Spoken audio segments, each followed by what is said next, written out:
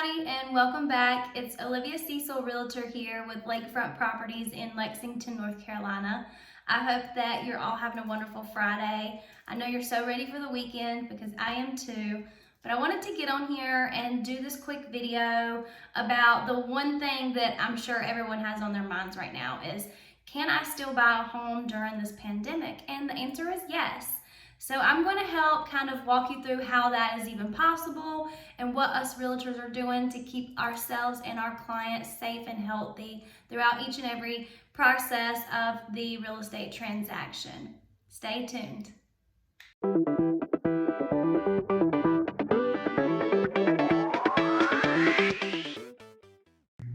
So yeah, you probably see all these real estate agents saying online that they're doing virtual tours now. So what does that mean? It means that they are going above and beyond. They're going to these homes for you, for these people who are in these states that are still under their stay-at-home orders, and doing video walkthroughs. They could be doing it with their cell phone, a FaceTime call, whatever it may be. They're going in these homes and they're recording it and then sending it to you via email, YouTube, whatever it may be. That way you can get a feel for the house without actually being there. You can see the home in literally 3D. So it's pretty cool and it really works, and it's not something that people are just now doing. I have done video tours for my out-of-state clients for a very long time now. It's not new for me. It's not awkward for me if someone calls and they're like, oh, I really like this house, but they didn't have a picture of the backyard. Or I always offer, do you want me to go do a video for you? That way you can get a better feel for the property, because let me tell you, pictures do not always do the property justice.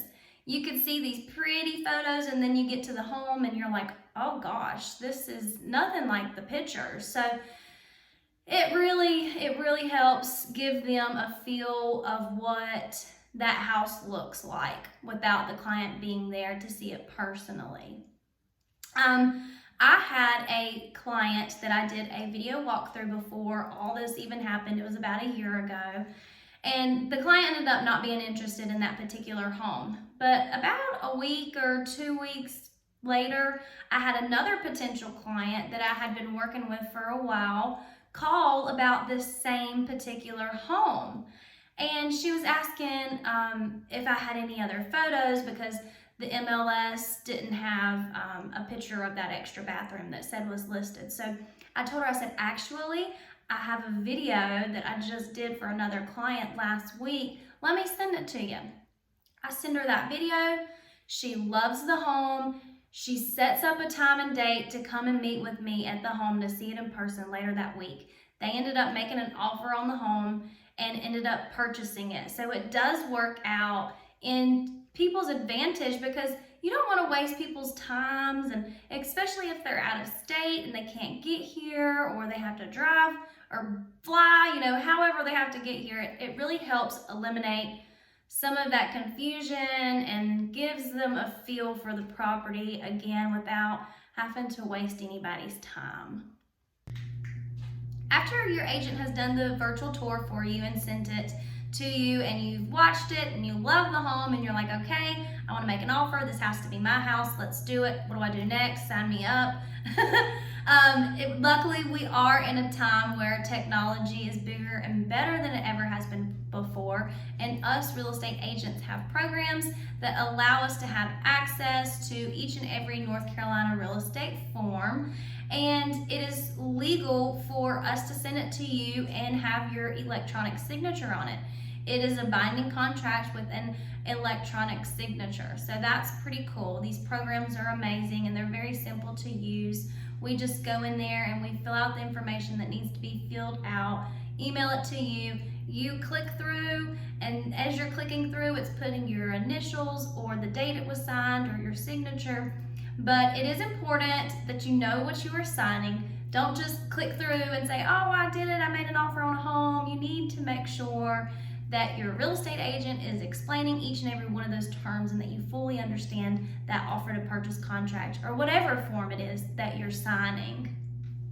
So once your offer to purchase has been signed and you're officially under contract, it is important that we go ahead and start with that due diligence process and get your inspections done and make sure that your loan is going to be finalized so that we know whether or not we need to go through with the sale. I hear my doggies barking. Sorry. What are you doing? Huh? What are you doing? What are you doing?